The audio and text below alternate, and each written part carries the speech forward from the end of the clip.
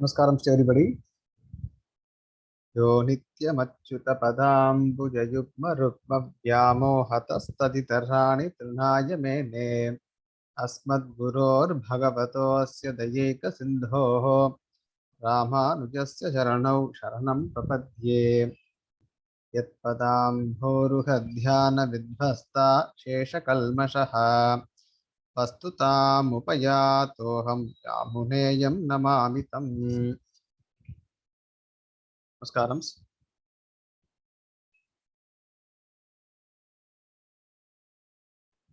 We're looking at Srimad Bhagavad Gita as commented upon by Bhagavad Ramanuja. We are looking at only those verses in which Sri Ramanuja has chosen to explain his school of thought, namely Vishishtadvaita, and also some verses wherein his speciality as a commentator, as a philosopher, are very evident. To brief about Ramanuja Siddhanta, Ramanuja Siddhanta is called as Vishishtadvaita. Vishishta Advaita. It was there very much before the birth of Ramanuja. It was propagated more by Ramanuja. To put very simply, the world, the manifested world, it comprises of Achit, that is matter, Chit, which is Atma. The Chit is of two types. One is Jivatma, other one is Ishvara. So we can say Chit, Achit and Ishvara.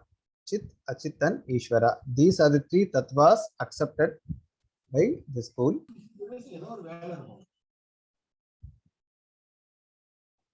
And the Jivatmas, they continue to exist even after getting liberation. They do not merge with Paramatma, or they do not, as Advaita says, they don't realize their oneness or non-difference with Brahman. So they remain as Brahman. No. Here, Brahman and Ishvara are same. They are Brahman and Ishvara is same. It is different from the Jivatmas by all means. Even after attaining moksha, the Jivatmas, they continue to hold a separate existence. We say Jivatmas, which means plural. Countless number of Jivatmas exist. And what is moksha? Moksha is attaining Shri Vaikuntha. It's a place where the Paramatma, who is identified with Vishnu or Sriman Narayana, he has a permanent abode. Even when the entire world, the manifested world, that is the Lila Vibhuti as we say, even the world in which we, the Baddha Jivas, we reside, this undergoes laya, this is absorbed. Even then, Shri Vaikuntha will remain untouched because it is not subject to karma. I mean, the Jivatmas over there are not subject to karma, therefore the Shri Vaikuntha does not change at all. How do Jivatmas attain moksha? It is the grace of Paramatma which grants moksha, which is the reason for moksha, or Paramatma grants moksha. Then if you say Paramatma is going to grant moksha, should the Jivatma, should he do anything at all? Because we say Jivatma is not going to attain moksha, rather the Paramatma is going to give Jivatma moksha. Then the question arises, should the Jivatma do anything at all? And that is where the difference in the Sampradaya itself arises within Sri Vaishnavism. We have the Tenkale school and the Vadakale school. Actually, if we sit deeply and think, the differences They're only seeming to be differences. Both these schools are actually two sides of the same coin. They cannot exist in isolation. So two aspects are two different perceptions of the same sampradaya. The Vadahalai school, which accept Vedanta Deshika as their acharya after Ramanuja, it says that the Jivatmas have to make an effort, have to adopt a means, have to adopt an upaya. That upaya is either bhakti yoga or prapatti, depending on the eligibility of the Jivatma to adopt.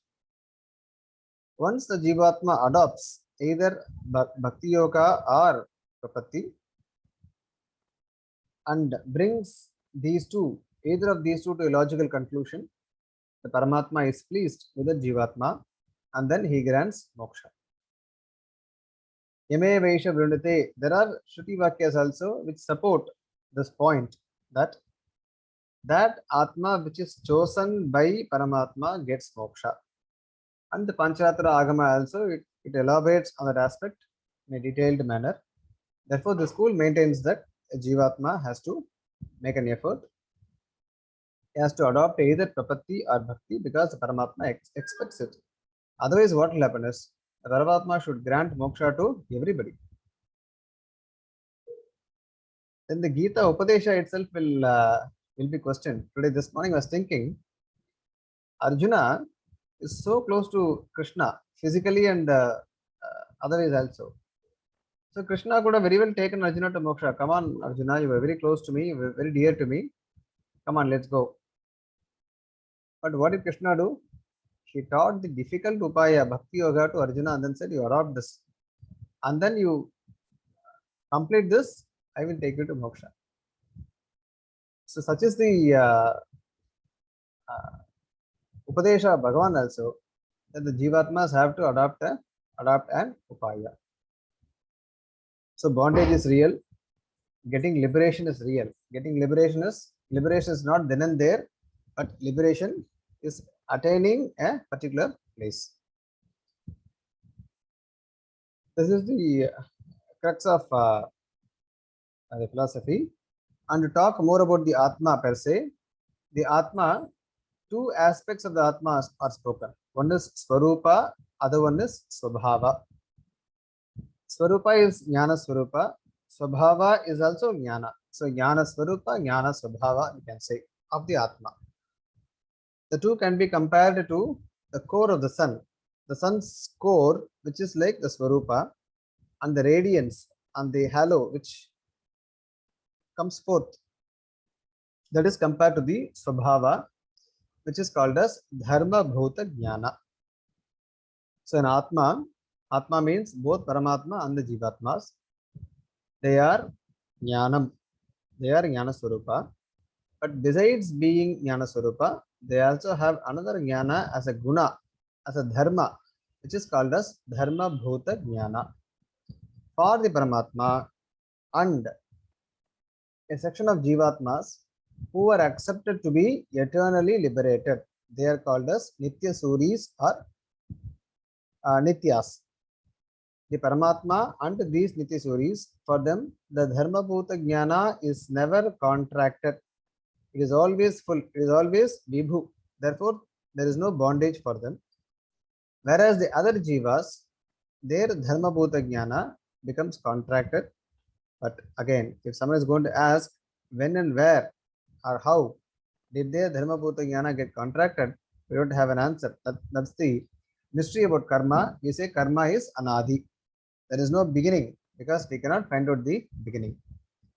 So by adopting an upaya, by pleasing the Paramatma, now the Dharma Bhuta Jnana has to become Vibhu. That is, liberation happens, then the Dharma Bhuta Jnana becomes Vibhu.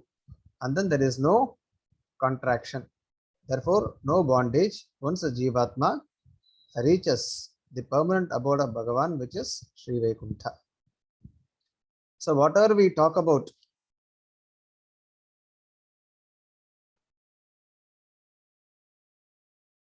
Yeah, this is the previous slide. I just brought it up to take it through quickly. I will go to the today's presentation quickly. Or you want me to stop with the revision? Summing up, I don't know. Let me. Okay. Um,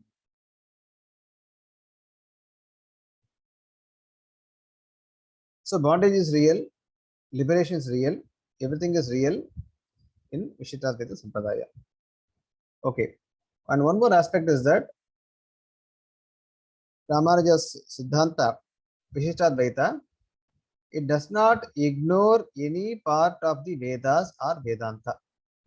To the school, the entire Veda makes sense. There is no need to give up Karma Kanda. There is no need to adopt only Jnana Bhaga or Upanishads. A Jnani must perform karma also. This is a stance taken by the school. Therefore, the Karma Kanda need not be given up for the sake of moksha. Then what do we do? Should we do all the karma prescribed in the Karma Kanda? Then the answer is that, which Gita also says, that those should be done as Nishkamya Karma without eyeing on the fruit. Once that is being done, the Karma Yoga is being done, then the internal organ, it gets cleansed. Because it is dirty, a Jivatma does not know who it is. By doing Nishkamya Karma, what happens is the internal organ is cleaned, and then the Jivatma is able to take up Jnana Yoga and perceive itself. The moment it perceives itself, it becomes eligible to take up Bhakti Yoga to get moksha. Therefore, leaving the Achit, realizing the Atma, then realizing or attaining the Paramatma. So, three things here.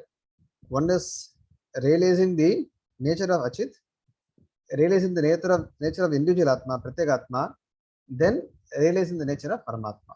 So, this is a three-step process.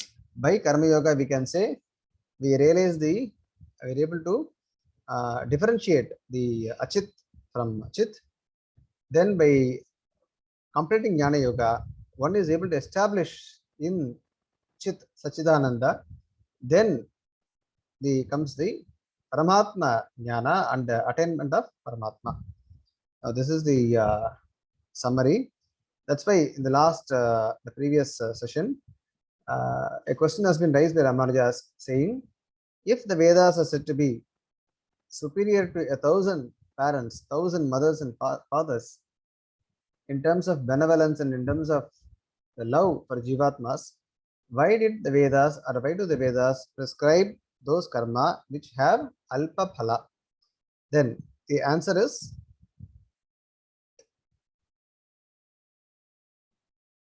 Traigunya Vishaya Veda Nistraigunya Bhavarjuna, says Krishna. Krishna says very practically, the Vedas are not only for Jnanis, it is also for the Jivas. You become Nirdandva, you become Nitya Sattastha, you become Niryogakshama, and you become Atmavan. न च वेदोदितं सर्वं सर्वस्य उपादेयं यावानर्थ उदपाने सर्वतः सम्प्लुतोदके तावान् सर्वेषु वेदेषु ब्राह्मणस्य विजानतः. So he says, just as a thirsty person would drink only what is required to quench his thirst, likewise, you, a mumukshu, you take up only that part of the Vedas which is required for you to make a living or to sustain the Sharira. Sorry. Then, how to do those karma? With what mentality we have to do those karma? Then Krishna says, Karman neva adhikaraste ma phaleshu kadachana ma karma pala hetur bhuhu ma te sankos karmani. So, don't say that you're going to give up the karma. You have to do them, but with the strong notion that I have the right only to act, not to the fruits thereof. Why? Because I am after moksha and I am not after the the alpa fruits of these karma. Then this we will continue in today's class. Krishna is going to talk about yoga. The word yoga is going to the Gita shlokas are going to have this word yoga repeated often.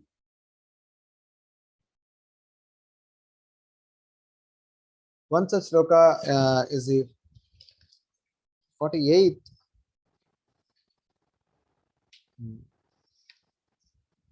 48th verse. Yogastha kuru karmani sangam tyaktva dhananjaya siddhya siddhyo samabhutva samatvam yoga uchyate. You can see these words here, the last pada which I have mentioned on the slide. Samatvam yoga uchyate. Yoga means equanimity of the mind. That is yoga.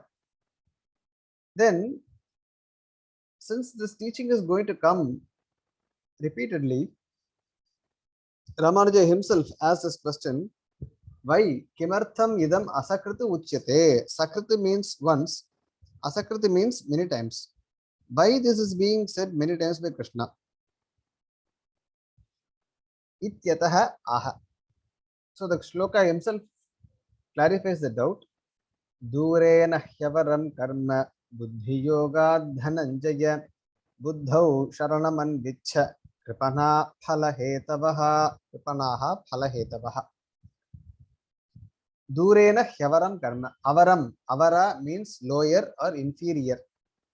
Durena means far inferior. What is far inferior? Karma. Karma here means that karma which is done for the sake of the results thereof. Compared to what? Buddhi yoga. Buddhi yoga is compared to a person who does his karma with evenness of mind. He does not go after the fruits of the karma. He does not worry about success or failure of completion, but instead he does them for the sake of doing them, as realizing that he has only the right to do such karma. That person is superior compared to whom?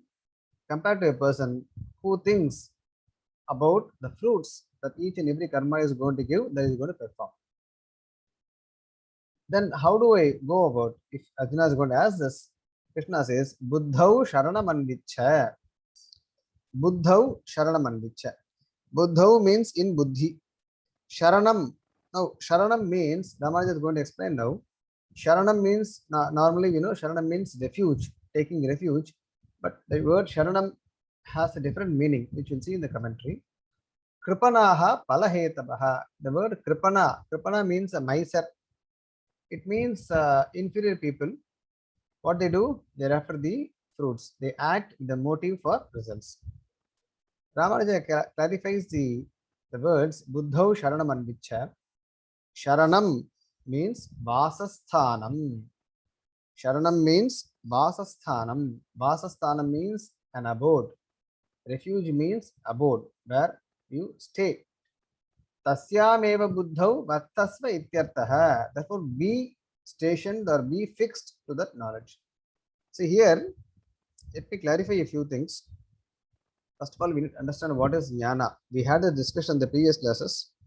What is jnana? Then we said jnana is a combination of both awareness and stored knowledge. Both awareness and stored knowledge. This is where Vishishtadvaita, it is very significant to know about how they understand a Jivatma to be. See, there are so many terms now which keep referring to jnana now. Buddhi, Sharanam Anvicha, which means asking someone to stay focused on something else. Asking someone to stay focused on something else. If I am going to say, please focus on your thoughts. If I say, please focus on your thoughts now, like they teach in meditation class, close your eyes and think about what you think. Look at what you think. If the thoughts are not different from the thinker, then there is no way the thinker can focus on the thoughts.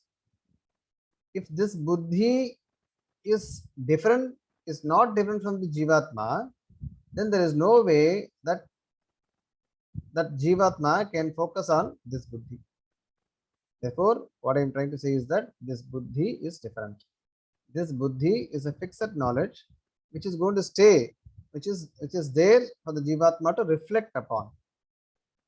It is there for the Jivatma to reflect upon. Like in computers, to store some information and then allow the processor to go over that information. In the same way, a Jivatma is understood. So this buddhi, what is this buddhi? This buddhi is what the teachings of Krishna. So one should always have the teachings of Krishna and then keep on reflecting upon it. That is Sharanam and Vichya. So try to reside, try to make your focus, your thoughts, whatever, on that fixed knowledge which I have taught before. Tasyameva buddhau vartasva ityartha. Now, in the 51st verse, again, there's the usage of the word yoga. In the 50th verse, that's not 50, let me change it and then share. 50th verse, buddhi yukto jahatiha ubhe sukrita dushkrite tasma yogaya yujyasva yoga karmasu kaushalam. Yoga karmasu kaushalam says the 50th verse, not the 51st. So, what is yoga in this context? Yoga means karmasu kaushalam. What is kaushalam? Ramanuja explains in his commentary. Karmasu, what is karmasu means? Kriyamaneshu, those karma which you are performing. I am buddhi yoga kaushalam. This buddhi yoga is actually kaushalam. What is kaushalam? Ati samarthyam, skill in action.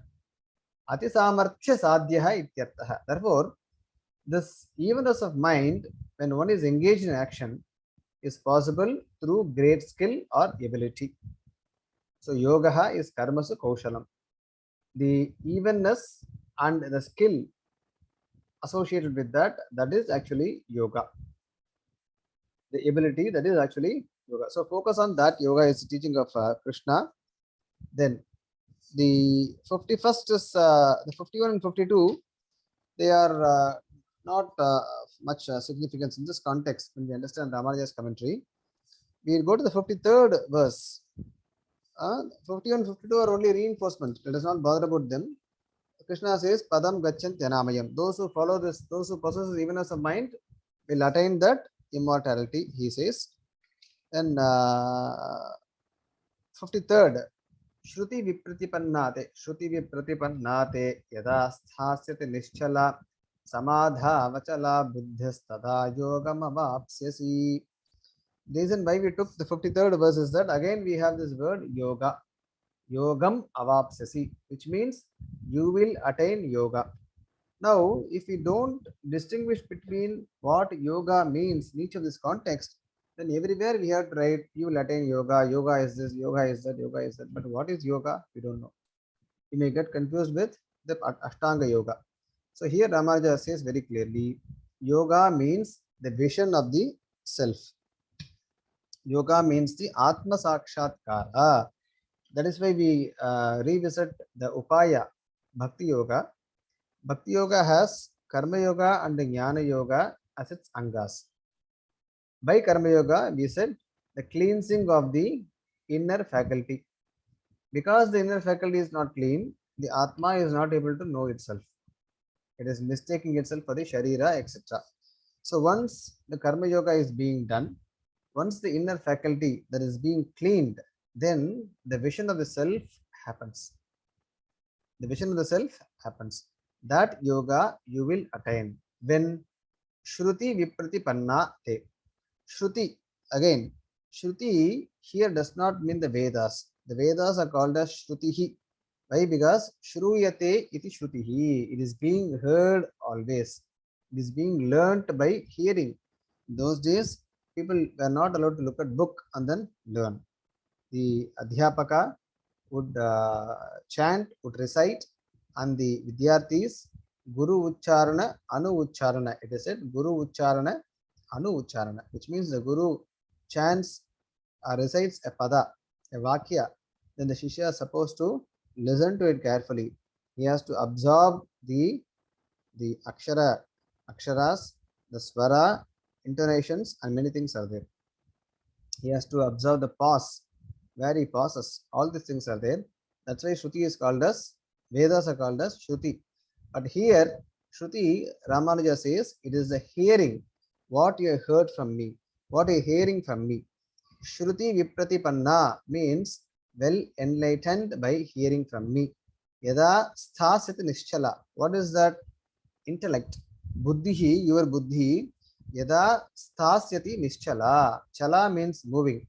Nischala means not moving, standing firmly. When your intellect, after listening to me and is enlightened by the hearing from me and firmly placed, what happened? Samadha vachala buddhihi. Samadhau achala buddhihi. Samadhi means here the concentrated mind. Here, mind is accepted as the internal organ to have a vision of the self. Without the cooperation of mind, a Jivatma would not be able to have its own vision. Therefore, Samadhu Achala Buddhihi. Now, the mind and the Atma, they all have to be in tandem and focused. Then, Tada Yogam Avapsasi. You will attain the vision of the self. That is, you will see yourself. You will perceive yourself. That is not moksha. Perceiving one's own Atma is only one step before moksha. Now, Ramanuja says, Shrutihi Shravanam. Shravanam means hearing, not Veda. Asmattaha Shravanena Visheshataha Pratipanna. Vipratipanna means Visheshataha Pratipanna. Asmattaha means from me or from us. He is saying it in plural, from me. Shravanena, when you hear from me, Visheshatah Pratipanna Sakaletara Visajatiya Nitya Niratisaya Sukshma Tattva Vishaya Swayam Achala Ekarupa Buddhihi. Now let us go back from Buddhihi. Buddhihi is the key word here. The second line you will see Buddhihi. Buddhihi is intellect. Ekarupa Buddhihi. Ekarupa Buddhi means it is of one form. It is in a single psychosis. It is in a single form. Achala, it is not shaken, unshaken. Then Sakaletara Visajatiya Nitya Niratashaya Sukshma Tattva Vishaya Swayam. It has something for its object. This Buddhi, Jnana, as we say, Jnana means it needs to have an object. I cannot say I know and then stop with that. When somebody is going to ask me, what do you know? I cannot tell them, no, I know. What is that you don't? What is that you know? Then I keep repeating, I only know, I know. Then the other person will think something else about me. So always when you say I know about something. So there is an object for the knowledge. There is an object for the knowledge. So what is the object now? That is the Atma now. But how is the Atma now? Atma is Sakala Itara Visajatiya. Sakala Itara means everything else. Visajatiya means different. Sakala Itara Visajatiya. That is different from everything else. Nitya. It is there forever. Niratishaya Sukshma Tattva Vishaya. Niratishaya means exceedingly or unsurpassed. Subtle. Sukshma means subtle. Tattva, that is Atma. The Atma is exceedingly subtle Tattva. Then that becomes the Vishaya, the object for the focus of the Dharmabhuta Jnana, for the Jnana. And this precedes, is going to say, Asanga Karma Anushtanena. It is not like we go and listen. See, there's a the difference between Advaita Siddhanta and Vishishtadvaita is that, I mean, with respect to every other Siddhanta, the difference on one aspect is that Advaita Siddhanta says there can be immediate knowledge from verbal knowledge. These may seem to be jargons, but let me give example. The strength of each school is that they give those examples which will be very convincing to the listener. Let me share the story. Dashamas Tvamasi. Dashamas Tvamasi is a famous story. Dashamaha Tvam Asi. You are the 10th person. There are 10 people who are dull-witted, who go on a pilgrimage together. Everywhere they go, they will ensure that everybody is there. Once they have to cross, they had to cross a river, and while crossing the river, it was very difficult. So they all somehow they came to the other side of the shore, and then they started counting. The first fellow counted, he counted only 9. Why? Because he omitted himself. He forgot to count himself. The second person counted, third person counted. So each one of them, they did not count themselves but counted the rest. So they were all very sad now, thinking one person had drowned. Now a guru passes by that side, and then he sees these people really sad, and then checks with them what had happened. Then one among them said, Guruji, we were 10 when we came here, but after crossing the river, we were only 9. But the Guruji could usually find out that these are only 10. Then he says, how do you say you're only 9? Then the person counts and then shows him, see, look, Guruji, we are only 9, not 10. Then he realizes, the Guruji realizes that this fellow is not including himself. Then he says to that person, Dashamaha Tvam Asi. Dashamas Tvamasi. Look, my dear, you are the 10th person. Then that person suddenly realizes that, oh, I am the 10th person. Now, Dashamas Tvamasi is verbal knowledge. Dashamas Tvamasi is verbal knowledge. But to this person who listens, it's a realization that I am the 10th person. So this example is very suitable to this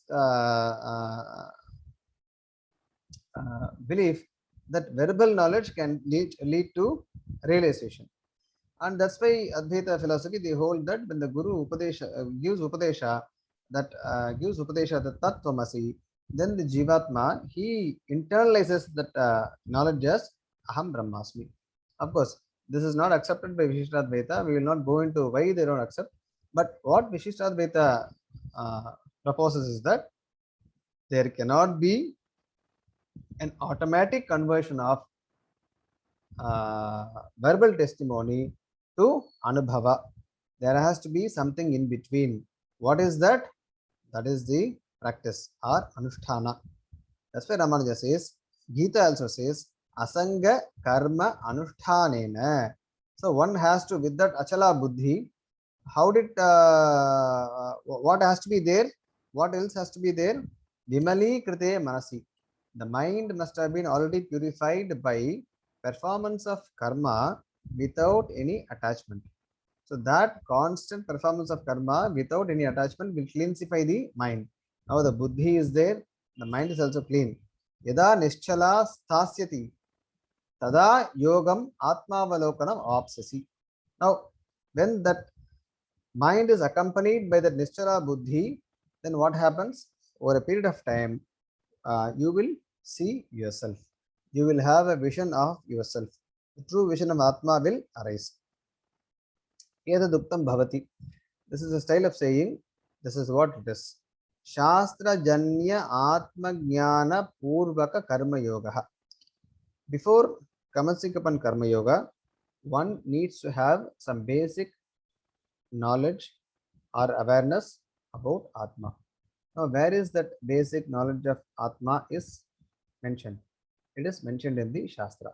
So, Shastra Janya means what is there in the Shastra, what is in accordance with the Shastra. It's a bigger dispute as to what the Shastra says. Otherwise, there won't be, there should be only one school, Vedanta, but not so. We have so many schools of Vedanta. Therefore, what the Shastra says is again a big task to find out. So, there is up to the school which we follow, and also our own conviction. If we are going to internalize the teaching and then see for ourselves that this does not appeal to me, or rather it appeals to me, then we have the conviction. Otherwise, I would come and say, I don't know, Baba, my Acharya said. You would come and say, I don't know, my Acharya said. Then we will be fighting for what they said, but not for what we realized. So, therefore, here, that realization can happen only when we know what Shastra says through our teachers and then try to experience that. Try to experience that knowledge firsthand. That can happen only through sadhana. That can happen only through sadhana. Shastra Janya Atma Jnana Purvaka Karma Yoga. So that Karma Yoga, Nishkamya Karma, should be preceded by Atma Jnana as prescribed by Shastras. Sthita Prakyakya Jnanishtham Apadayati. What does that Karma Yoga give the practitioner? Sthita pragyakya. Sthita pragnya. Again, there's a mistake. I had to do it in a hurry. Sthita pragyakya. It fetches a state called as Sthita pragnya. Sthita pragnya to the practitioner. Then Jnanishta Rupa Sthita Prajnata tu Yogakyam Atmavalokanam Sadhayati. So the intermediate state is called as Sthita Prajnata. By being in the Sthita Prajnata for whatever time that is required, then that practitioner has a vision of his own self. Atmavalokanam Sadhayati. So this is the process. Mere listening to the Shastras or mere listening to the teacher of the Jnana, Atma Jnana, cannot fetch that Atma Sakshatkara. Cannot fetch that Atma Sakshatkara. This is the philosophy of Vishitadvaita, as taught by Gita also. There needs to be Asanga Karma Anusthana, cleans the mind, and then with a combination of Buddhi and such a mind, then Sthita Prajna state happens. Then with Sthita Prajnata, one attains the Atma Avalokana.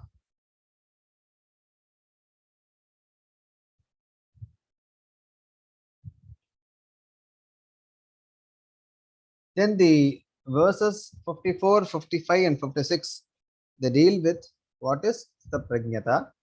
Sthita Prajnata is a very firm Buddhi being placed without any chanchala. So Arjuna asks Krishna, Sthita Prajnasya ka bhasha. That's the 54th verse. It's a straightforward verse, so we're not taking it. Samadhistasya keshava sthitadhi kim prabhasheta kimasita brajeta kim. So Arjuna asks Krishna, what is the Sthita Prajnata about? Sthita Prajna is one who has attained that Sthita Prajna.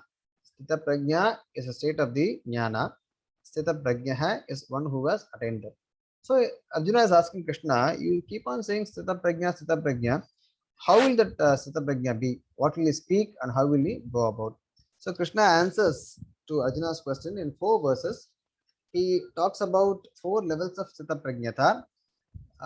The 55th verse, Prajaha Atiyada Kaman Sarvan Partha Manogatan Atmanyevatmana Tushtaha Sthita Prajnastadocyate. The 55th verse, that's the highest state of Sthita Prajnata.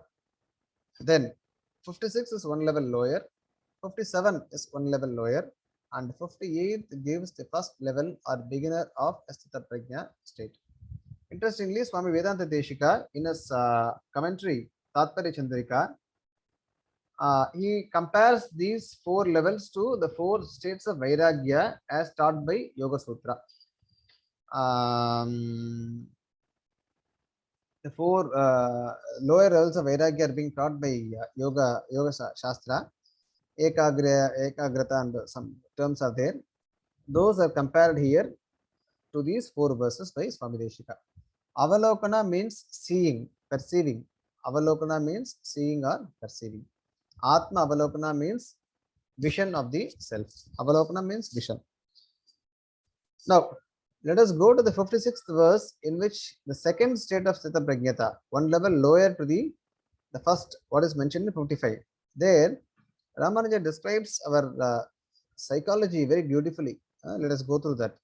Dukkheshvanudvignamanaha Sukheshu Vigata Spruhaha Vitaraga Bhaya Krodhaha Sthitadhir Muniruchyate.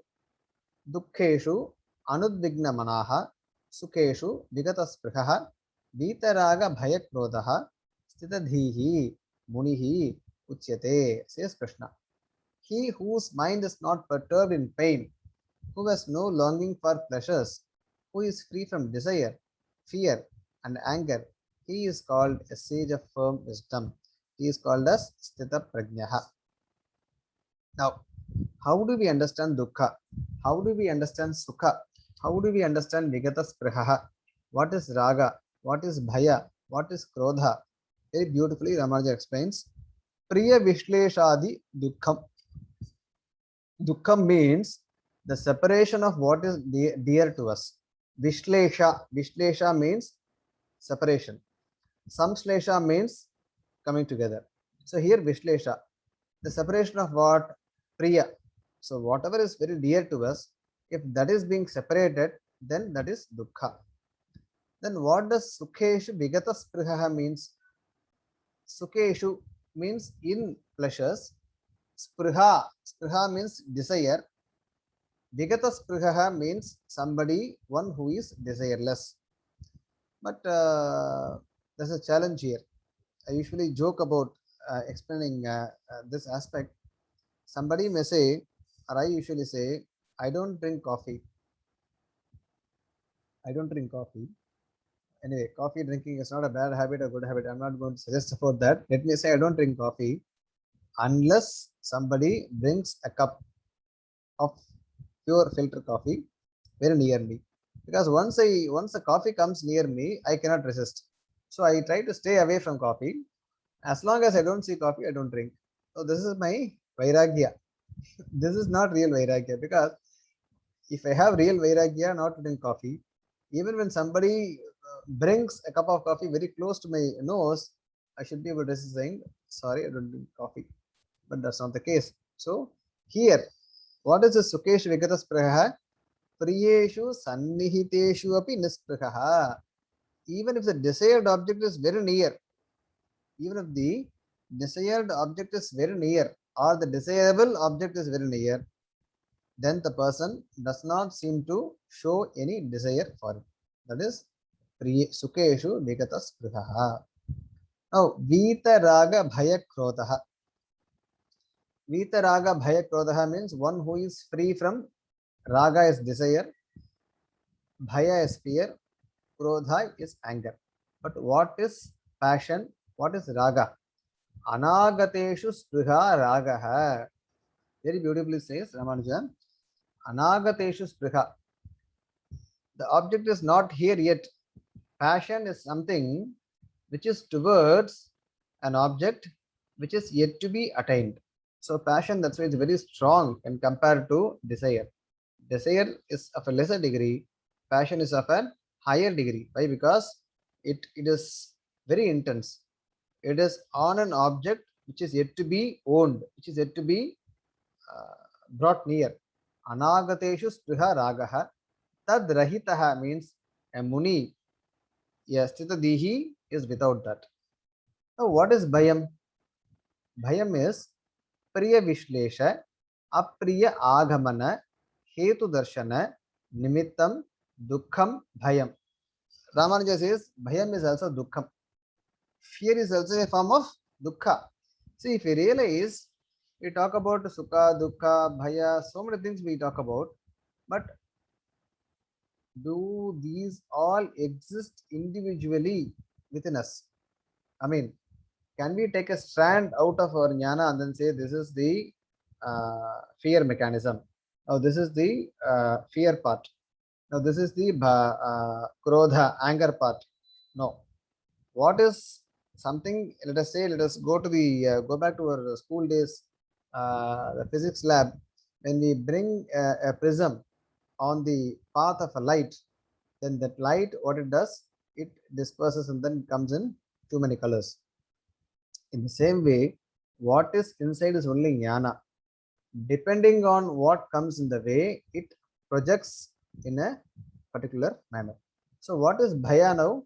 Bhaya is also dukkha, says Ramanuja. On what cause? Priya Vishlesha.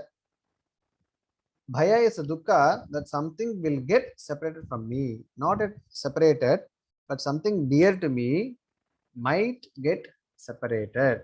That dukkha is only bhaya. Apriya agamana. Apriya agamana means the fear that something will come near me which I don't like. Like when let us say we travel in train or bus. When we travel in a train or bus, the seat next to us may become vacant. We may look around, then somebody whom we don't like, even the sight of them, then we're worried that, oh Baba, that person should not come and sit next to me. So there arises a fear in a lighter vein, I'm saying. Then we pray that person should not come and sit next to me. Hetu darshana nimittam. So the moment you see that person is going to come and sit near you, then you get a feeling that is called as bhaya, which is basically dukkha. tad rahitah. So a jnani is not perturbed. He does not worry who is sitting next to him. It could be a beggar, it could be a king. He is not worried. Now, what is krodha? Very beautifully explained. What is anger? It's a manovikara. It's a manovikara means it's a transformation or it's a vikara of the mind. Priya vishlesha, apriya agamana, hetu bhuta, chetanantara gataha, dukkha hetuhu, sva manovikaraha, krodha. So, krodha, anger is a modification of the mind which is towards an object or a chetana, to be precise, who is seen as the villain, who is seen as a villain in separating that object from us which we like, or bringing that object very near us which we don't like. So anger is that modification of the mind which is directed towards a chetana or could be an achetana also, which is trying to separate what we like, which is trying to associate us with what we don't like. Hetu bhuta chetanantara. So that's what we keep doing right at home and office also. We keep showing anger to people. Why? Because somebody dumps something on our table. Come on, you have to do this. Then we show our anger because we don't like to go. It's 5 o'clock in the evening. We want to go home. Then suddenly something comes up. An email comes up. An SMS, a call comes up. Then we get angry. Why? Because now I need to go home. But this fellow is not allowing me to do so. We can see this in our children. We may not be able to see this in ourselves, but we can see in our kids. All these emotions, fear, anger, everything, they're all within us. They're all the vikara of the dharma bhuta jnana basically due to ignorance, due to ajnana. So very beautifully Ramaja explains these psychological aspects of the mind. Then 60th verse, why we went to 60th verse is that because then Krishna is only adding some aspects of this Asthita Prajnata. He says Prajna is Pratishtita for this fellow, this fellow. If you're going to do like this, then I mean, he also explains the remaining two states of Sthita Prajnata. The four levels of Sthita Prajnata explained. Then in the 59th verse is talking about the culmination of what does a Sthita Prajna attain. Then the 60th verse, interestingly, which you have taken up, Krishna says, Yatato hyapi kaunteya purushasya vipaschitaha indriyani pramathini haranti prasabham manaha. You may think after listening to a lecture on all these things, well, does not seem to be very difficult. We may give a try to control our mind and perhaps have Atma Sakshatkara next week or so. But Krishna gives a warning, no. Yatato hyapi kaunteya. Kaunteya, Arjuna, even to a person who is trying his best, who is giving his best to attain Atma Sakshatkara, Vipaschitaha is a jnani, not an ordinary person. Even to the jnani who is putting his efforts towards uttering Atma Sakshatkara, the Indriyani Pramathini, the sense organs are very powerful. The sense organs are turbulent, very powerful. Prasabham manaha haranti. They take away the mind of that person very easily. They mislead the mind because uh, this is a very interesting question here. Where does memory stay? If memory were to stay only in the brain, then we would not have any instinctive activities. Sometimes even without the brain operating, we do something. Reflex. What we call is what we have is called as reflex. So for the reflex to happen, the memory has to be somewhere down the line, not exactly from the brain. The indriyas himself, they have this samskara with them. So even if we resist to turn away our eyes keep on they looking at what they like, what pleases our mind. Therefore, the mind is being misled by the indriyas. So Ramanuja he explains the meaning of this verse and then says, well, it looks like a deadlock here. Why? Because the attainment of Atma Sakshatkara, it depends on Indriya Nigraha. It depends on controlling of senses. But controlling of senses will happen only when Atma Sakshatkara happens. Therefore, it's like a deadlock. If you control your senses, you will get Atma Sakshatkara. But Atma Sakshatkara only can control the senses. So Atma Darshanena Vina Vishaya Rago na Nivartate, says Ramanuja. Without the experience of the Atma, the desire for external objects will not go away. Now, Anivirte Vishayarage Vipaschito Yatamasya Api Purushasya Indriyani Pramathyeni Balavanti Manaha Prasahya Haranti. Even to a knowledgeable person, to a jnani, and he is trying to attain Atma Sakshatkara, his sense organs are very powerful. Therefore, at any point of time, they can take away his mind, they can distract his mind. Evam Indriya Jaya Atma Darshana Dhinaha. Therefore, the victory over the sense organs is dependent on Atma Darshana or Atma Avalokana or Atma Sakshatkara.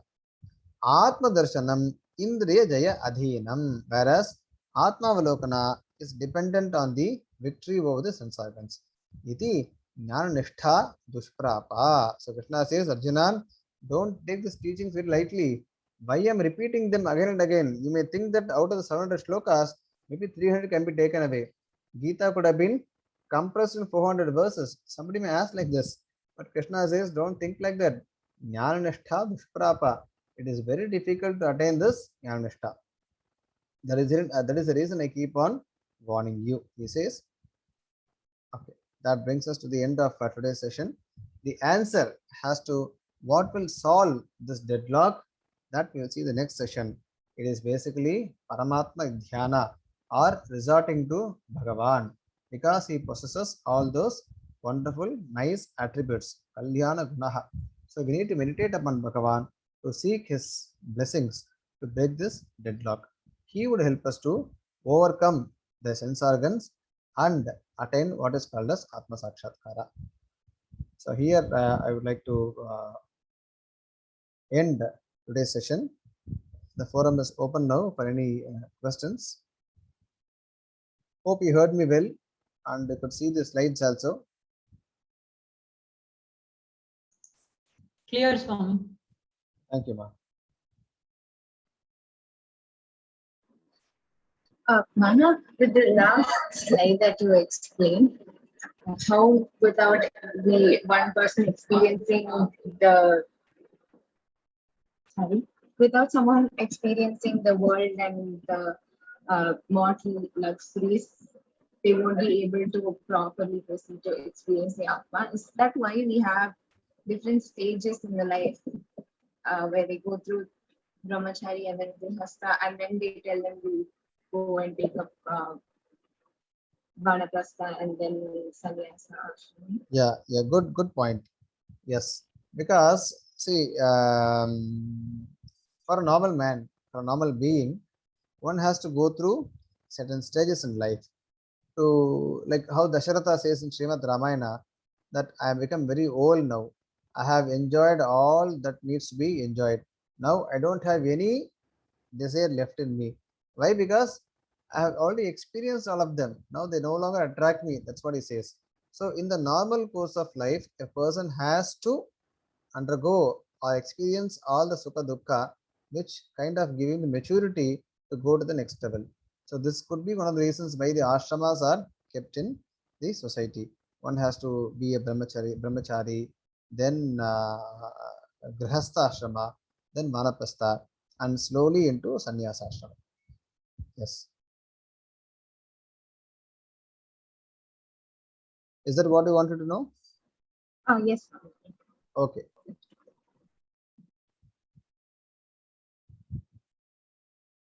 But we are all in different buckets, different buckets or different backgrounds. So some of them could be born sannyasis. We can't stop them. We cannot make anybody a sannyasi, even at the age of 80 or 90.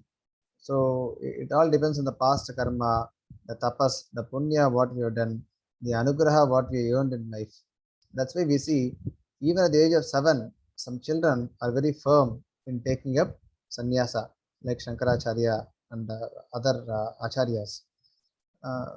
So that's the reason. It all depends on so many factors.